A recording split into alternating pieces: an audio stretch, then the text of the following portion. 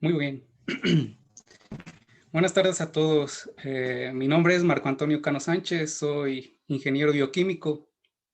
La siguiente ponencia tiene como título Efecto del ácido gibberélico en la germinación, crecimiento y actividad antimicrobiana de la moringa olífera.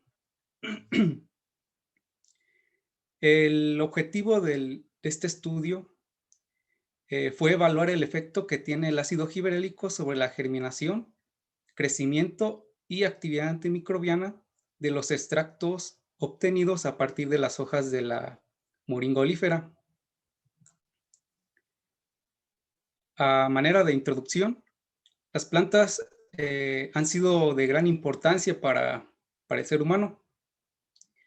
Esto debido a los innumerables usos que tienen y que han sido objeto de nuestro estudio, principalmente por las propiedades de los compuestos que en ellas se sintetizan y que podrían beneficiar a la salud del ser humano o también ayudar a prevenir algunas enfermedades. Por otra parte, la moringa olífera es una planta que pertenece a la familia de las Moringaceae. Es del género Moringa y la especie es olífera. Esta es una planta nativa del sur de Asia. Ha formado parte de la alimentación y medicina tradicional de la India, algunas zonas de África, además de ser cultivada en América durante ya varios años. La moringa es un árbol que puede llegar a medir hasta 12 metros de altura. Como se muestra en las imágenes, se puede identificar por sus hojas pinnadas, divididas en foliolos. Se ha promovido su consumo de esta planta como suplemento alimenticio, al ser una fuente rica en nutrientes como proteínas, vitaminas, minerales. Su fruto es en forma de vaina, el cual contiene semillas ricas en aceites. Además, se han identificado diversos compuestos en esta planta, entre los cuales se encuentran algunos flavonoides, como por ejemplo quercetina, canferol, así también como ácidos fenólicos, como el ácido gálico, ácido cafiolquímico, entre otros. También se han identificado tocoferoles, moringinina, glucosinolatos. Cabe señalar que algunos de estos compuestos se les han atribuido diversas propiedades nutracéuticas. Por ejemplo, propiedades anticancerígenas, antimicrobianas, también propiedades antioxidantes, entre otras.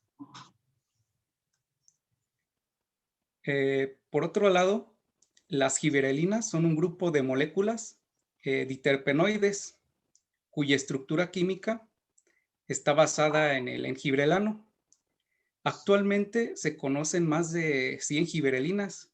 Sin embargo, solo algunas de ellas son bioactivas, como por ejemplo la gibberelina 1, 3, 4 y 7, ya que en presencia de estas, las plantas pueden alterar su fisiología.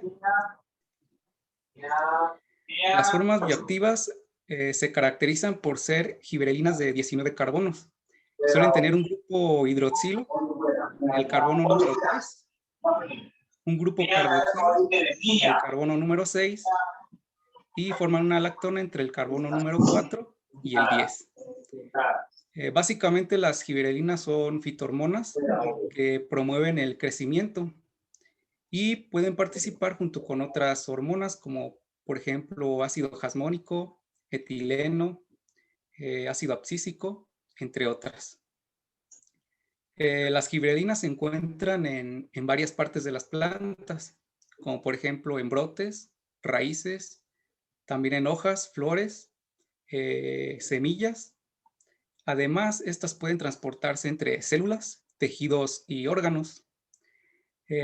Estas gibrelinas se controlan diferentes etapas del desarrollo de las plantas. Por ejemplo, germinación, crecimiento y floración. Cabe señalar que la giberelina 3 se conoce comúnmente como ácido giberélico. Este ácido giberélico tiene diversas aplicaciones en viticultura, horticultura y agricultura. Se ha estudiado la aplicación de ácido giberélico en varios cultivos, donde se han observado diversos efectos, como se muestra en esta tabla. Por ejemplo, en uvas se ha observado que tiene efectos sobre el contenido fenólico, así como en la actividad o capacidad antioxidante. Además, se ha observado un efecto en el rendimiento y crecimiento, por ejemplo, en tomate o en chía. También ha tenido efectos en la germinación, por ejemplo, en semillas de tomate.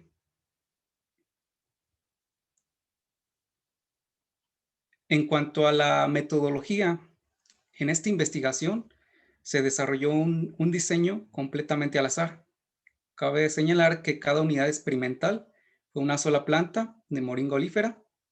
Los tratamientos utilizados fueron 2 más el control y las repeticiones fueron 6 por triplicado. Estos tratamientos consistieron en la aspersión en el área foliar de plantas en etapa vegetativa a diferentes concentraciones, tomando como control la concentración de 0 miligramos por litro.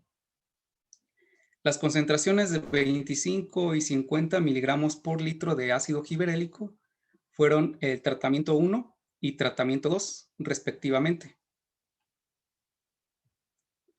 Respecto al muestreo y el riego que se les dio a las plantas, a estas plantas se les dio un riego de un volumen de 200 mililitros diariamente con una solución nutritiva de Hoagland, ajustando el pH entre 5.5 a 6.5. El sustrato en el cual se encontraban estas plantas fue una mezcla de arena y tezontle. Durante el desarrollo de este ensayo, se registró una temperatura promedio de 24 grados Celsius y una humedad relativa promedio del 53%. Respecto al muestreo de las hojas de esta planta, se realizó un primer muestreo antes de la aplicación de los tratamientos. Posteriormente, 2 semanas después de esto, se realizó la primera aplicación de estos tratamientos. Posteriormente se realizó un segundo muestreo o cosecha. En la semana 4 se realizó una segunda aplicación de los tratamientos y finalmente se realizó un tercer muestreo en la semana 5. Estos muestreos consistieron en tomar las hojas. Una vez realizada la cosecha, estas hojas se secaron a una temperatura no mayor a 40 grados durante una semana. Estas hojas fueron molidas y almacenadas o posteriormente realizar la extracción. Esta extracción fue mediante sonicación, utilizando disolventes de metanol agua, un 70-30. Posteriormente esta extracción se llevó a cabo una centrifugación y posteriormente la filtración de los mismos. El extracto obtenido fue utilizado para el posterior análisis, el cual consistió en evaluar la actividad antimicrobiana en E. coli y Listeria monocytogenes por el método de difusión de disco de Kirby-Bauer. De manera general, estas bacterias se inocularon durante 24 horas y se tomaron muestras para ajustarlas a una concentración por McFarland de 0.5.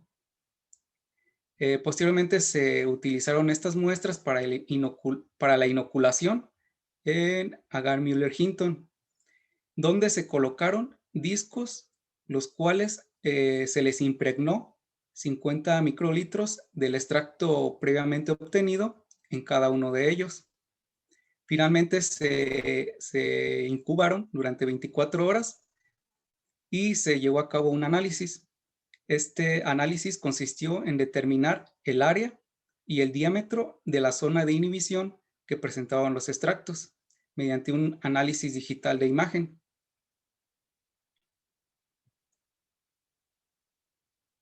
En cuanto a los parámetros de crecimiento, se reportaron como tasa de crecimiento relativo en altura y relativo en diámetro, según de acuerdo a Masasura y colaboradores.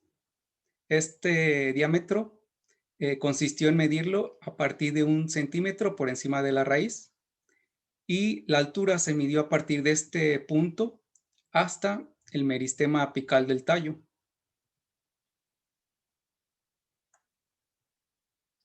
En cuanto a la germinación, las semillas fueron desinfectadas con una solución microbicida comercial, donde posteriormente se secaron y cabe señalar que se utilizaron dos grupos de plantas, dos grupos de semillas, unas a las cuales se les retiró la testa y a otras se les dejó.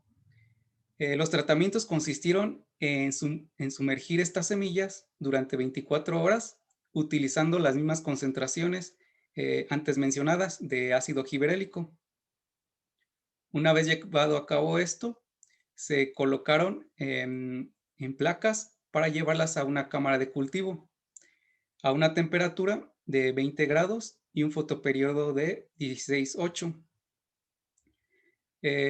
Una vez que se mantuvieron estas semillas en esta cámara, se les dio un seguimiento para evaluar el porcentaje, índice y coeficiente de velocidad de germinación,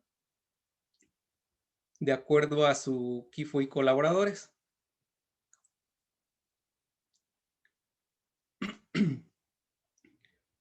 En el presente estudio se pudo observar que la actividad antibacteriana de los extractos a partir de las hojas se mantiene sobre E. coli después de haber aplicado los tratamientos con el ácido giberélico.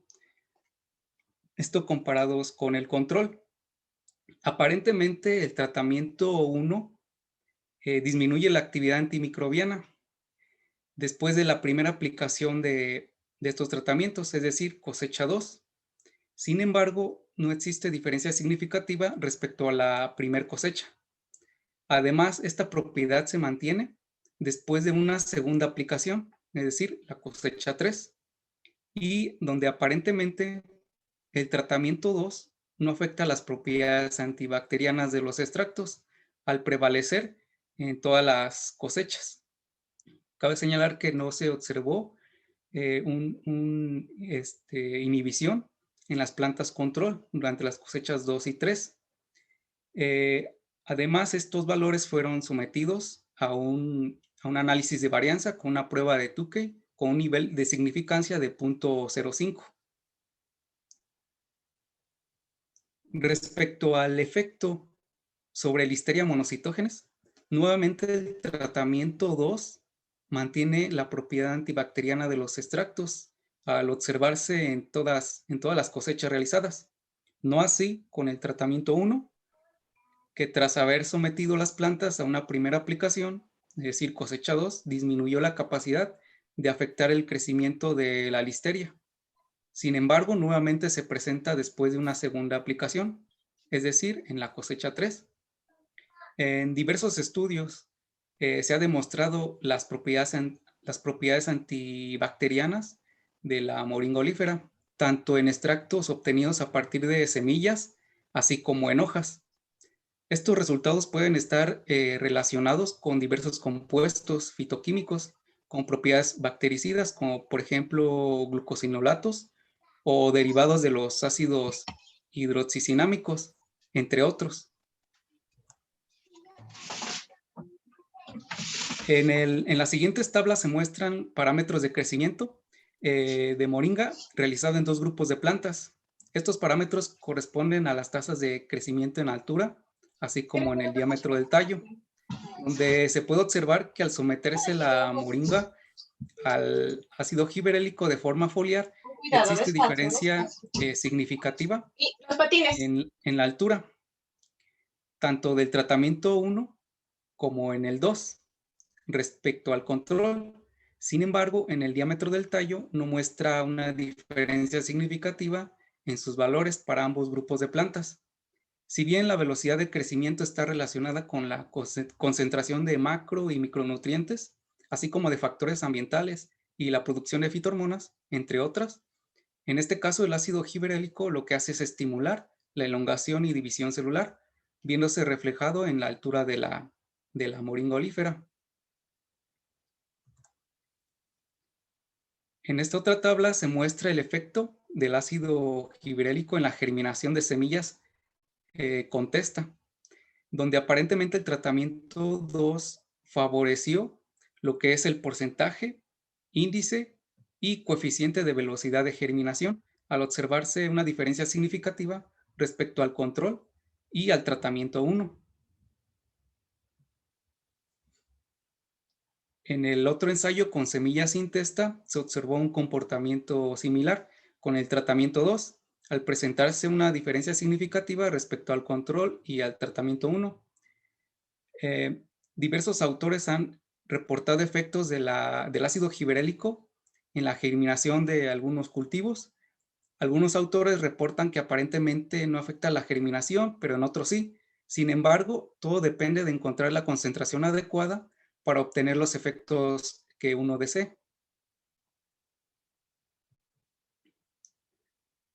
Por lo tanto, la aplicación de foliar de ácido giberélico en moringa olífera aparentemente mantiene las propiedades antimicrobianas sobre E. coli y Listeria monocytogenes.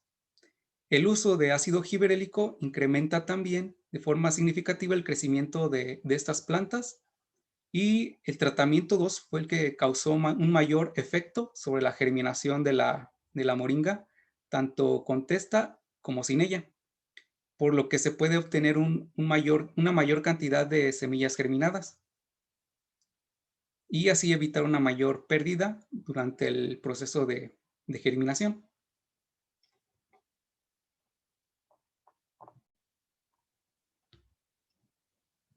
Y sería todo de mi parte. Muchas gracias.